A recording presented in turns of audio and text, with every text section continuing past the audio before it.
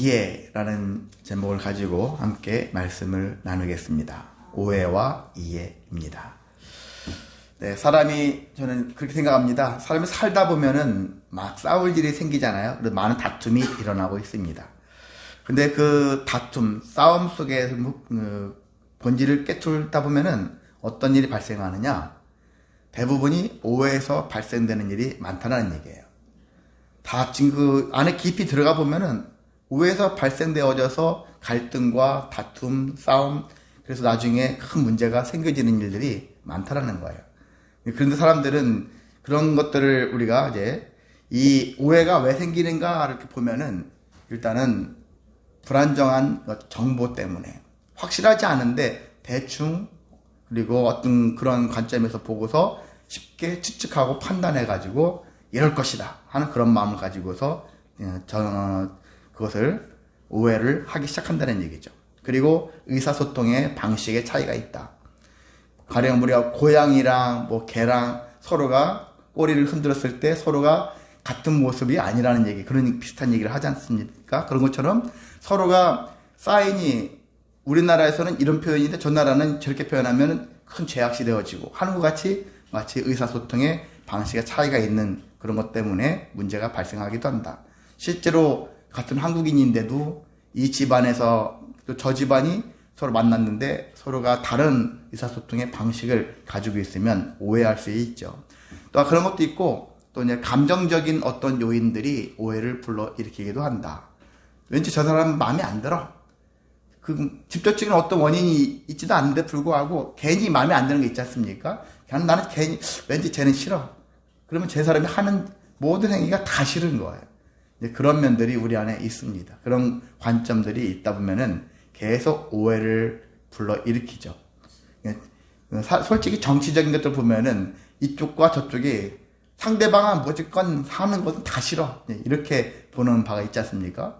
멀리 있지 않잖아요. 근데 우리의 가정 안에서도 우리의 직장에서도 이런 부분들이 얼마든지 있다라는 얘기예요. 그래서 오해는 참 많이 깔려 있어요. 산적해 있다는 얘기죠. 그래서 오해가 있다 보니까 그만큼 오해가 많이 쌓이면 쌓일수록 갈등이 생기고 그리고 나중에 심지어는 전쟁까지 다투는 일들이 계속 일어날 수가 있다는 것입니다. 그래서 오해가 사실 없을 수는 없어요. 왜냐하면 사람이 다 자기 주관도 있기 때문에. 만약에 모두가 다 여기서 나는 죽고 예수를 산다 그렇게 되어지면 오해할 일은 없을 거예요. 근데 모든 사람이 그렇지는 않죠. 그러니까 반드시 오해는 존재합니다. 존재는 하는데 존재할 때라도 이 오해를 어떻게 합니까? 풀어가야 되잖아요. 그래서 이해를 하면서 풀어갈 수 있는 그런 지혜도 있어야 합니다. 오늘 22장의 말씀은 바로 그런 관련된 말씀이라고 할 수가 있습니다.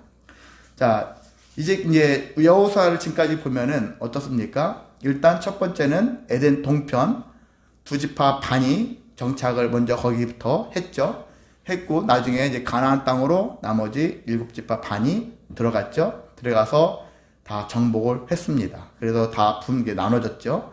나눠졌는데 마지막 지난주에 레위지파까지 각 지파별로 또 흩어져서 중요한 자리를 차지하면서 그렇게 흩어진 것까지 끝냈어요. 그러면 이제 이게 다 끝났을까? 다 끝났겠습니까? 아니죠. 뭐가 남았을까요? 한 가지 남은 게 있어요. 한 가지 남은 것. 여러분 아까 읽으셨지만 뭘 읽었는지 모르겠죠. 뭐가 남았냐면은 거기에 에덴 요단의 동편에 있는 두 지파 반이 있잖아요. 우리가 선봉에 서겠습니다 했던 지파들이잖아요. 그 지파들이 남은 거예요. 그 지파들이 이제 전쟁이 다 끝났으니까 남은 일은 자기 고향이 아니죠. 자기 자식이 가축들이 있는 요단 동편으로 가는 일만 남은 거예요. 그렇게 되어지면 이제 완전히 12지파가 사방에 흩어져 가지고 정착하며 살게 되어지는 것이죠. 자, 그런 때가 되어져 가지고 그래서 여호수아가 우리가 좀 전에 읽었던 그 본문은 그런 부분이에요. 여호수아가 르우벤, 갓, 므낫세 반지파에게 칭찬과 권면을 하는 그런 내용들로 채워져 있습니다. 어떤 것을 칭찬했느냐? 너희들은 지금까지 여호수아 입장에서 이제 모세 그리고 하나님이 명령하셨던 모든 것들에 대해서 너희들이 순종 잘했다. 칭찬을 하는 거예요. 끝까지 충성을 했다. 근데 이들이 사실 전쟁을 이게 한두 달도 아니고 1년도 아니고 무려 거의 7년이거든요. 7년 동안 전쟁을 하면서 처자식을 못 본 거죠. 못 보고 다른 집파들은 처자식이 가까이도 있었을지도 모르겠는데 여기는 떨어져서 그들과 물론 중간에 휴가를 보내서 왔다 갔다 했는지는 그것까지는 모르겠지만은요. 어쨌든 7년 동안 전쟁을 치르는데 선봉자로서 전쟁을 치렀으니까 그 누구보다도 희생도 많았을 것이고 이제 그런 관점이잖아요. 중요한 것은 끝까지 하나님이 명령하신 것을 순종해서 오늘까지 지난 7년 동안 형제를 떠나지 않고 끝까지 책임을 다했다. 이렇게 칭찬을 하는 것을 볼 수가 있습니다. 그래서 우리는 어떤 사람이 칭찬받을 만하냐? 바로 이런 사람들이 칭찬받을 만한 거예요. 어떤 일을 딱 해내고서 싹 사라지는 그런 사람이 아니라 끝까지 묵묵히 그 자리에서 약속한 바를 이루어가는 사람, 이런 사람이 칭찬받을 만하다라고 할 수가 있는 것이죠. 교회에서도 마찬가지죠. 제가 어릴 적부터 교회를 다녔지만, 갓난아기 때부터 다녔지만은 정말 교회에서 누가 가장 칭찬받을 만하냐? 끝까지 어려움 중에도 끝까지 책임을 다하는 자다. 옛날 직장도 부도 났었을 때 막 부도 나기 전에 막 미리부터 자기 몫을 챙겨서 도망치듯이 떠나가는 그런 사원들도 있지만은 어떤 사람은 끝까지 이 회사를 살리기 위해서 정말 목숨을 걸다시피 하는 사람들도 있단 말이죠. 그런 사람들은 정말 귀하게 여겨야 합니다. 끝까지 책임을 지키려고 하는 자가. 근데 오늘날 이게 사회 우리가 자꾸 이제 물질 만능주의가 되다 보니까 끝까지 책임지려고 하지 않습니다. 그냥 하다가 어려우면 빨리 빠져나가자. 이게 우리들의 보편적인 마음이고 이게 교회 안에서도 이런 부분들이 있고요. 때는 목회자도 이런 마음들도 있을 수 있어요. 그러니까 끝까지 책임지는 부분들이 그 신앙인의 기본 그런 태도라고 해야 되는데 우리가 그걸 놓칠 때가 많다는 얘기죠. 우리 세상 사람들은 그렇다 할지라도 신앙인들은 한번 책임을 지겠다 하면은 끝까지 책임을 지려가는 그런 태도를 가지고 살아가기를 소망합니다.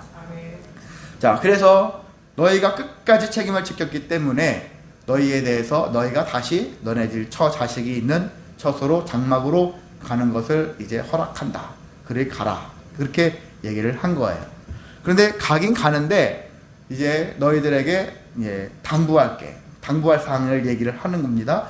근데 뭐냐면은 지금까지 모세가 신명기에서도 계속 강조해왔던 그런 말씀들을 농축해서 함축해서 다시 얘기를 합니다. 뭐냐면 율법, 명령들에 대해서 반드시 지켜서 행하라. 그런데 행하는 어떤 이제 더 세부적인 내용은 하나님을 사랑하라는 거예요. 하나님을 사랑하라. 또 여기는 그의 계명을 지켜 더 친근히 하라. 친근히 하고 하나님을 사랑하고 하나님을 가깝게 하라는 얘기예요. 하나님을 떠나지 말라는 얘기죠.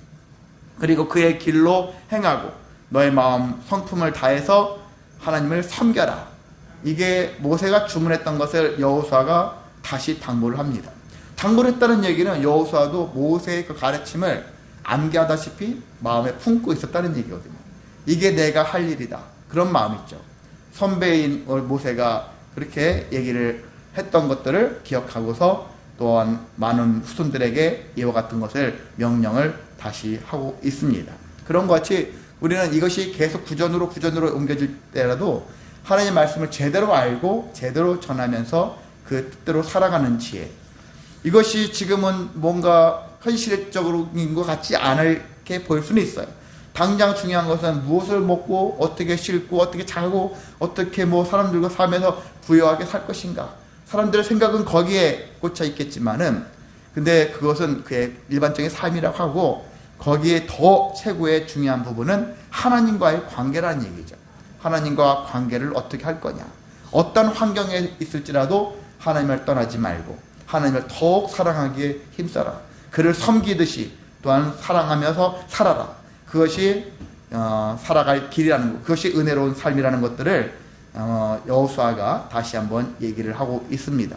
그것은 오늘날 우리에게도 마찬가지죠.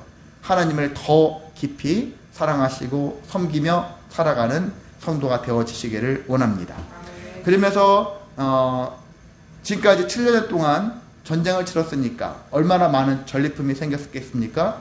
수많은 재산들이 생겼어요. 여기 보면 심이 많은 가축, 은, 금, 구리, 쇠, 그렇게 많은 의복들이 생겨졌어요. 그것을 가지고 갈 텐데 가면은 다른 형제들하고 잘 나눠서 살아라, 그렇게 권면하면서 축복하면서 그들의 장막으로 보냈다라고 이렇게 되어 있죠. 자, 그런데 문제가 생겼습니다. 여기까지는 다 좋았는데 그들이 이제 일종의 요단강을 건넜겠죠. 요단강을 이제 동쪽으로 건너가서 그들이 건너가서 곧바로 간 게 아니라 요단 언덕에서 제단을 쌓았어요. 서편에서 보할 때 저기 봐서도 저기서 뭔가 높은 곳이 막 건축물이 올라가는 거예요. 제단이 올라가는 거예요. 그래도 일부 사람들의 소문이 퍼져갔습니다. 어떻게 퍼졌느냐면은 저쪽 서편에서 저들이 제단을 쌓아가지고 따로 놀려고 한다라는, 따로 제단을 쌓아가지고 따로 제사를 지내려고 저 짓거리를 한다, 이런 식으로 소문이 쫙 퍼진 거죠. 그래서 요단 서편에 있는 지파 사람들이 분노를 했어요. 분노를 해가지고 그들의 장막이 당시에 있었던 실로 있죠. 실로에 모이자. 실로에 모여가지고 그들이 막 성토한 게 뭐냐면, 야, 우리가 저것들을 다 죽여버리자, 한마디로. 그렇게 한 거예요. 싸우자고. 그렇게 한 것입니다. 근데 그들이 분노는 어느 정도는 이해는 갈 수는 있어요. 왜 그랬냐면은 신명기 12장 4절에서 14절까지의 말씀을 보잖아요. 한마디로 용축하면은 너희들은 제단을 여러 곳에서 따로따로 이렇게 하지 말아라. 제단은 한 곳에만, 오직 한 지파의 한 곳에 실로라는, 여기 지금 이제 그때는 실로에 세워졌지만 이 실로라는 곳에 세워졌다면 이 실로에서만 예배를, 제사를 지낼 수 있도록 해라. 그렇게 룰을 정했거든요. 율법으로 정해놨거든요. 다른 곳에 만약에 제단을 세운다면 이건 진멸의 대상이다. 그렇게 해놨기 때문에 이 규례를 어기게 되어지니까 저것들은 분명히 규례를 어겼어. 이것들이 우리랑 함께 쓸 때는 우리가 함께하는 척 하더니 이제 저기 강 건너가니까 다른 주머니 차네? 그런 느낌을 가졌던 것이죠. 이들의 입장에서는. 그렇게 해서 분노를 했는데 여러분이 이 생각을 해보세요. 뭐냐면은 교회 공동체에서 누가 원치 않는 오해 사는 짓을 했는데 그것을 보고서 우리가 먼저, 야, 율법을 어겼으니까 저것들을 어떻게 처단해버리자. 과격한 언어를 사용하는 것이 과연 합당하냐. 이것에 대한 부분들을 우리가 고민을 해야 됩니다. 하나님의 뜻을 어겼으니까 저것들은 없어져야지, 죽여야지, 뭐 이런 식으로 하는 그런 표현들이 그게 과연 하나님이 원하시는 정의일까? 그렇지 않을 수 있다는 얘기죠. 근데 이런 표현이 있습니다. 하나님의 정의도 성급하면은 사탄의 도구가 될 수 있다. 그런 표현을 여러분이 생각해 보세요. 아무리 좋은 거라 해도, 하나님의 사랑이라 해도 이것들을 우리가 성급하게 잘못 사용하면, 어떤 자들 만약에 불륜에다 사용하면 하나님이, 나는 저 사람을 정말 사랑해요. 하나님을 사랑하는 만큼 그 사랑의 마음으로 저 사람을 사랑합니다. 그렇게 하면 그것이 용인되는 사랑은 아니잖아요. 그런 것과 같이 우리가 정의라는 일, 하나님의 정의라는 이름으로 그것을 잘못 오용하게 되어지고 남용하게 되어지면은 오히려 사탄이 좋아할 수 있는, 먹잇감이 되어질 수 있는 도구가 될 수 있다는 얘기죠. 그런 부분이 너무 많습니다. 목회 현장에 보면은, 여러분 사회 현장에 보십시오. 여러분이 믿음을 가졌다 하지만은 여러분의 믿음이 오히려 잘못된 믿음이, 신념처럼 되어진 믿음들이 오히려 사탄의 도구가 되어져서 많은 사람들을 상처 주고 고통을 주고 아픔을 주는 일이 얼마나 많은지, 그걸 우리는 고민을 해야 되는 거예요. 성경에 써 있으니까 막 말해버려. 그건 아닌 거예요. 성경에 써 있어도 하나님의 뜻은, 하나님의 마음은 거기에 있지 않거든요. 근데 우리는 단편적으로 보고서 이러니까 저 사람을 공격할 무기로 삼는 거죠, 이걸. 그렇게 하면서 점점 하나님의 마음보다는 사탄의 도구로서 활용되어지는 일들이 많다는 것입니다. 그래서 우리는 신앙인들이 가장 조심해야 될 일은 뭐냐면 조급한 마음, 성급한 마음, 섣부른 마음, 그리고 행동 하지 말라는 것이죠. 충분히 생각하고 해도 늦지 않다라는 것이죠. 특히 안 좋은 쪽으로 이것이 이 일을 함으로 인해 가지고 오히려 어떤 어려움들이 더 커진다면은 싹을 제거한다는 이유로 그렇게 하게 되어졌을 때 섣부르고 성급한 판단으로 해서 행동을 하게 되어지면 반드시 후회할 일들이 발생한다라는 것들을 우리는 먼저 기억해야 한다는 것입니다. 그래서 근데 다행히 이 여기 서편에 있는 지파들이 뭘 했냐면은 그래 싸우자 저들 진멸하자 그 얘기만 듣고서 군사를 일으켜가지고 가가지고 무조건 막 해버렸으면은 큰일이 생겼겠죠. 다행히도 지도자들이 또 판단을 잘해서 야 우리 그러지 말고 먼저 진상 조사단을 보내보자. 보내가지고 거기 어떠한가 한번 보자. 그렇게 해서 파견을 한 것입니다. 파견을 했는데 일단 엘레아살의 아들인 비느하스를 축으로 해가지고 각 지파에서 천부장들이 왔어요. 천부장들이 와가지고 10명이 길앗으로 거기 동편으로 간 것이죠. 가서 일단은 책망합니다. 책망하면서 뭐라고 하냐면은 너희들은 어찌하여 단을 쌓아가지고 하나님을 거역하려고 했느냐. 먼저 이제 한번 왜 싸웠는지 이렇게 물어보는 거예요. 그래 물어봤는데 그러면서 두 가지 사건을 언급을 합니다. 너희들은 부올의 제약을 기억하지 못하느냐. 옛날 부올 사건 있잖아요. 바알 부올 사건 민수기 25장에 있는 것 아시죠? 모압과 미디안 여인들이 유혹을 했었고 이스라엘 남자들이 유혹에 빠져가지고 거기에 제단에 가가지고 우상 숭배함으로 인해서 연병이 발생하게 되어지고 24,000명이 죽었던 사건. 그리고 그 시므리 알죠? 시므리와 미디안 여인인 고스비를 비느하스가 창으로 배를 꿰뚫어 가지고 두 사람을 죽인 사건. 그 사건을 기억하죠? 그래서 이렇게 재앙이 그치게 되었던 사건들을 기억하게 해서 죄를 지으면 이와 같이 심판받을 수밖에 없다라는 것들을 얘기를 합니다. 그리고 또 한 가지 또 얘기하게 되어지는 것은 아간의 범죄를 얘기하거든요. 아간, 가나안 땅의 첫 열매가 뭐죠? 가나안 땅에 들어서 첫 번째 공격했던 성, 여리고성이죠. 여리고성은 모든 것들을 다 진멸하라. 전리품을 취하지 말라는 거예요. 여리고성은 첫 것이다. 첫 여리고성을 또 하나님이 무너뜨리신 것이니까 하나님이 하신 것인데 일단 첫 것이니까 첫 것을 전체 모든 것들은 다 불태워서 없애라. 여기서 좋은 거라도 뭔가 아주 아까운데 취하지 말아라. 전리품을 취하지 말고 여리고성에서 전쟁을 거기서 얻어진 것들은 하나도 없게 하라. 그렇게 했는데도 불구하고 아간이라는 사람은 거기에서 전리품으로 몇 가지를 취했죠. 시날산의 아름다운 외투 한 벌, 은 200세겔, 금 50세겔. 그래서 이 사람을 보면은 아간이라는 사람은 일반 사람이 아니에요. 일반 서민은 아니에요. 왜냐하면 지난번에 예전에 제가 말씀드렸었겠지만은요, 시날산에 아주 아름다운 외투를 입을 일반 가난뱅이나 아니 종 같은 사람들이 그걸 가지고 주면 입겠습니까? 안 입겠죠. 그러니까 조금 먹고 살만한 사람이에요. 약간 귀족 스타일의 그런 사람이라고도 할 수 있겠죠. 이런 사람이라는 얘기죠. 그런 사람인데 그 하나님의 명령을 어기고서 땅속에 감춤을 인해가지고 그것이 나중에 발각되어졌고 그 아이성 공격할 때 36명이 죽은 사건을 조사하다 보니까 이런 아간이 범죄한 사건이 있었다라는 것들을 알게 되어졌죠. 그래서 아간을 이 범죄를 아간이 범한 죄를 벌했고 그가 죽임을 당했습니다.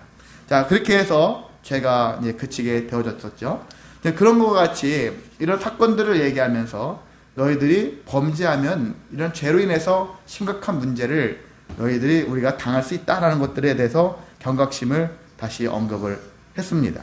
그러면서 또 한 가지 제안하는 게 뭐냐면은 너희들이 이 요단 동편에 왔는데 원래는 가나안 서쪽이 지도상으로 봤을 때 서쪽이죠. 서쪽이 하늘 적각꿀이 흐르는 땅, 가나안 땅, 하나님이 약속한 원래의 땅인데 사실 동편에 있는 두 지파 반이 차지하는 땅은 하나님의 약속의 땅은 아니었거든요. 원래는.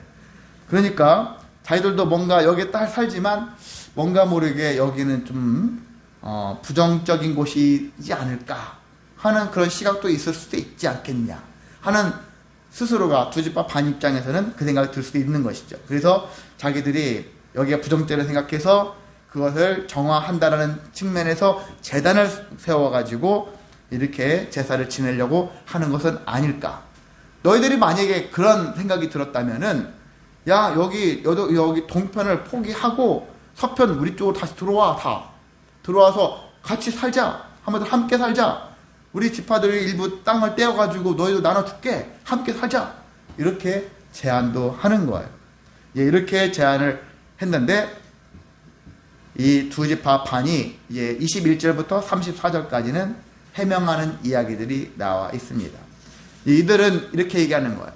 우린 전능하신 자 하나님 우리 여호와 우리는 순수한 의도로 이 제단을 쌓았다. 그리고 너희들도 곧 하나님도 알고 계시고 이스라엘 너희들도 알게 될 것이다 라는 얘기를 합니다. 그러면서 만약에 우리가 하나님을 거역하는 행위나 범죄했다면은 하나님은 우리를 구원하지 말고 우리를 어떻게 해요? 친히 벌을 내리십시오. 그렇게 하면서 오히려 더 자기들 떳떳함을 강조를 하고 있습니다. 그게 뭐냐면은 24절에 보면은 우리는 이 목적이 있습니다. 제단을 쌓은 이유가 있습니다. 그 이유로 계속 좀 긴 문장으로 설명하고 있는데 쉽게 얘기하면 이거예요. 우리가 동편으로 넘어왔잖아요. 그럼 강 하나 사이 두지만은 여러분 강 하나가 별것도 아닌 것 같지만 작은 강도 아니고 그래도 좀 넓게 퍼져 있는 강인데 물론 가뭄이면 비가 안 오면 서로 왔다 왕래도 할 수 있는 곳이지만 강 하나 있다라는 것이 저쪽과 이쪽이 괴리감도 있고 뭔가 모르게 달라요. 나중에 보면 살다 보면은 그런 나중에 오랜 시간 지나면은 이게 서로가 남보듯이 살 수 있는 그런 관점이 될 수 있는 것이거든요. 자, 그래서 동편에 사는 사람들 입장에서는 지금까지 자기들이 7년 동안 7년이 아니죠. 광야 40년 다 포함해가지고 우리가 여러 가지 인생 살면서 이 사역을 현재까지 정복 사역을 하면서 하나님이 어떤 분인지를 많이 체험했지 않겠습니까? 했었을 때 우리가 동편에 살게 되어지는데 우리도 하나님을 기억하며 살고 싶은 마음도 있거니와 또 한편으로는 가장 큰 문제는 서편에 있는 자들이 훗날 나중에 우리가 다 우리 세대가 죽고 후손들끼리 지들이 왔을 때 서편 사람들이 동편 사람 우리들을 보고서 야 너희들은 하나님을 제대로 믿긴 믿냐? 하면서 왠지 소외시키고 좀 여러 가지 관점에서 좀 언짢은 말들을 그렇게 하지 않겠는가? 그런 일이 발생하지 않겠나? 하는 생각이 들 수 있다는 얘기거든요. 그런 관점에서 아니야 우리도 하나님을 잘 믿어 하나님을 잘 경외하는 족속들이야 지파들이야 우리도 너희들랑 똑같아 신앙이 같다 막 이런 식의 그런 것들을 증거로 삼고 싶은 마음에서 이 제단을 쌓았다라는 얘기를 하고 있는 거거든요. 그러니까 훗날을 대비한 것이다. 너희들과 담수 쌓고 우리는 제단을 쌓고 하나님이 아닌 그리고 말씀을 하나만 쌓으라는 것도 어기고 우리끼리 잘 하고 다른 신을 섬기고 이런 것이 아니라 우리도 너희들랑 똑같이 계속해서 하나님을 경외하면서 살고자 하는 그런 관점에서 제사용으로 우리는 제사용으로 세운 게 아니다. 여기서 제사하지 않을 것이다. 물론 실로에 있는 장막 그걸 본따 가지고 제단을 쌓았겠죠. 제단의 모습을 갖췄겠죠. 그렇지만 우리는 여기서 제사를 지낼 그런 마음은 없다. 제사는 하지 않을 것이다. 그냥 한마디로 모양만 세워놓고 이것을 상징으로 남고 나중에 증거로 삼기 위해서 이렇게 한 것이니까 여러분이 그것을 이해해달라. 이렇게 한 거예요.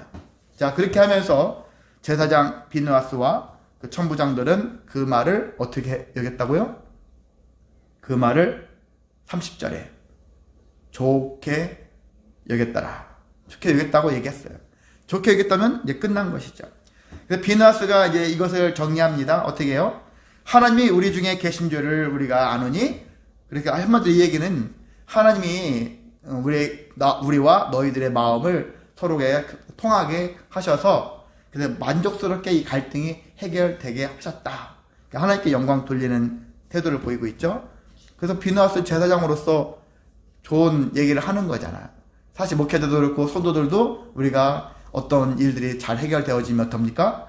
하나님께 영광 돌리듯이 그렇게 표현하는 것 같이 비느하스가 얘기를 한 것이고, 그도 너희가 하나님께 죄를 범하지 아니하였거니와 이스라엘 자손을 여호와의 손에서 건져내셨다 하면서 모든 문제가 해결됐다. 그렇게 비느하스가 선언을 했습니다. 그래서 진상 조사단은 이제 돌아갔죠. 돌아가서 각 지파들에게 보고를 했고 모든 지파들이 모든 자손들이 다 즐거워하면서 하나님을 찬송했다. 왜? 우리가 이제 오해해서 싸우고 때론 목숨이 왔다 갔다 할 수 있는 그런 지경까지 갈 뻔했는데 그게 아니었다라는 것들이 됐으니까 얼마나 기쁩니까? 그리고 함께 지난 7년 동안 동거동락했던 그러한 어떤 전우들인데 그들에게서 모든 오해가 풀렸으니까 이제 그런 일들로 인해 가지고 다시는 그들과 싸우자는 말을 하지 않았더라. 그렇게 성경이 얘기를 하고 있고요. 자, 그런 관점에서 두 지파 반은 성막에 있는 제단을 모방했다겠죠. 원래 실로에 있던 성막을 모방해서 자기들도 증거로 삼았다겠는데 이것은 증거용이다라는 것을 성경이 여호수아 20 마지막 절에서 여호와께서는 하나님이 되시는 증거다. 이 제단이 라는 것들을 그렇게 표현하고 있습니다. 그렇게 해서 문제가 해결됐죠. 말씀을 마치겠습니다. 정리하겠습니다. 우리가 진짜 살면서 우리도 계속해서 오해가 발생해요. 부부싸움 하는 것도 보면은 사실 별것도 아니에요. 조금만 이해하면 되는데 그걸 못 참고 성급한 판단이, 욱하는 판단이 그런 문제가 되어지고 또 괜히 긁어서 붓으로 만들어서 또한 이런 문제들이 생겨지는 일들이 많고 또 부모 자식 간에도 세대 간에 서로 입장을 이해해주면은 충분히 이해할 수 있는 것인데 세대 간의 그 간극을 이해하지 않고 자기가 보는 관점에서만 자녀에게 또는 부모에게 함부로 하는 이해해주지 못한다고 하면서 그렇게 다친 마음으로 하게 되어지면 계속 오해가 쌓이죠. 직장도 마찬가지죠. 또 신앙 공동체도 마찬가지입니다. 우리는 오해가 정말 주변에 많이 있습니다. 저와 여러분 사이에도 오해가 있을 수도 있어요. 근데 그걸 다 일일이 해명하는 것도 사실 웃기기도 하지만 또 안 하면 또 안 하는 대로 오해가 쌓일 수도 있고 이게 늘 고민이기도 하거든요. 그래서 목회할 때 설교할 때마다 이것을 성도들한테 매번 이건 지난번에 혹시 제가 이렇게 했는데 오해하지 마세요. 이렇게 말하는 것도 참 웃긴 것이죠. 그래서 우리는 오해를 너무 자주 하는 것은 어떻게 보면 성숙하지 못한 거예요. 상대방에 대해서 또 충분히 이해하거나 어떤 그런 마음들이 배려가 부족하다는 얘기죠. 넓은 마음이 필요합니다. 어떤 마음이요? 하나님의 마음, 예수님의 마음, 온유와 겸손의 마음, 이런 마음을 가지고 저 사람이 하는 행동에 제가 예전에 코칭을 배웠다고 했잖아요. 배웠을 때 거기에 그런 원칙 중에 하나가 뭐냐면은 사람에게는 좋은 선한 의도가 있다. 저 사람이 화를 내는 것도 화면 자체만 놓고 보면은 화를 왜 내? 해가지고 기분 나쁘게 생각할 수 있지만 화를 낸 이유는 저 사람이 그것을 선한 의도가 화를 내는 걸로 그냥 표현됐을 뿐이지 선한 의도였다. 그런 얘기죠. 그래서 저 사람이 툭 하고 내뱉은 말들이 많은 사람들은 그것은 어떤 사람은 악의적인 사람은 않지만은 어떻게 선한 의도가 있는 그것들을 발견할 수 있는 것들도 또 그걸 받아들이는 사람의 태도라고 할 수 있습니다. 그런 것처럼 돌아보면은 선한 의도였는데 그런데 만약에 계속 내가 하는 말과 행동에 다른 사람들이 모두가 대부분 다 오해한다. 그럼 본인이 바꿀 필요가 있어요. 나는 그런 게 아닌데 매번 해명하느라고 바쁘잖아요. 그 해명하려고 하지 말고 자기의 말과 행동에 변화를 줘야죠. 변화를 계속 주는, 하루아침에 바뀌지 않지만 계속 변화를 주면서 나의 말과 행동이 많은 사람들이 그래도 인정해 줄 만한 그런 말과 행동이 되어지기까지 계속 시도를 해야 됩니다. 그래야지만이 다른 사람들이 오해하지 않거든요. 그래서 여러분 주변에 오해하는 사람, 오해 잘하는 사람들이 있어요. 분명히 있을 것입니다. 그런 사람이 있다면 그들을 위해서 기도하실 때 정말 하나님의 마음, 예수님의 마음을 닮아서 넉넉한 마음을 가지고서 사람들에 대해서 다름을 인정할 수 있는 그런 힘, 그런 것들을 갖출 수 있도록 위해서 기도해 주시길 원하고, 우리 또한 마찬가지입니다. 오해를 불러일으키는 그런 마음을 품지 말고, 그러니까 여기 동편에 간 사람들도 사전에 얘기했으면 좋잖아요. 물론 이들도 처음부터 그런 의도는 아니었을지도 모르겠어요. 요단강을 건너면서 우리가 먼 미래를 생각하니까 여기다 세우면 어때? 해가지고 즉흥적으로 거기에 가서 했을지도 모르겠어요. 그렇다 할지라도 사람을 보내가지고 야, 우리가 이거 세우는데 오해는 하지 마십시오. 미리 해주면은 더 이들이 분노하지 않겠는가. 그 생각도 드는 것이죠. 그러니까 서로가 뭐 흔히 행정 잘못이다. 행정을 못한 것이다. 서로가 충분히 교감할 수 있는 부분들이 부족했다라는 얘기죠. 그런 부분들을 생각할 때 서로가 이런 부분들을 생각하면서 저와 여러분도 이 삶 속에서 그런 부분들이 있지 않았을까 생각을 하시고 앞으로도 그런 부분들을 줄여 나갈 수 있는 그런 지혜로운 성도가 되어지시기를 원합니다. 그래서 오해가 적어지면 이해가 풍성해지면 그 공동체는 여러분의 가정 그리고 교회 세상의 일터 거기는 나라가 하나 되어질 수가 있거든요. 그것이 아니면 계속 갈등 시끄러워요. 지금 온 전 세계가 너무나도 시끄러워요. 우리나라만 시끄러운 것이 전 세계가 다 시끄러워요. 그게 시끄러운 게 왜 그렇습니까? 다른 사람을 이해하려고 하지 않아요. 자기 것만 주장하는 바가 너무나도 많이 커졌기 때문에 이와 같은 일이 생겨지고 특히 가진 자들이 이런 오해를 더 많이 하는 경우 하면은 답이 없어요. 힘 있는 자, 가진 자가 이렇게 하게 되면 더 문제가 있다. 그래서 힘 있는 자, 가진 자는 최고의 아량이 넉넉함이거든요. 그런 마음들이 되어지기를 여러분이 기도하시고 모든 공동체가 선하게 하나 되어질 수 화목하게 주의 사랑을 알고 살아갈 수 있는 공동체가 되기를 위해서 힘쓰는 저와 여러분 되시기를 주님의 이름으로 소망하고 축복합니다. 기도합니다. 사랑 많으신 하나님 아버지 감사를 드립니다. 지파들 간의 문제 속에서 서로 오해를 불러일으켜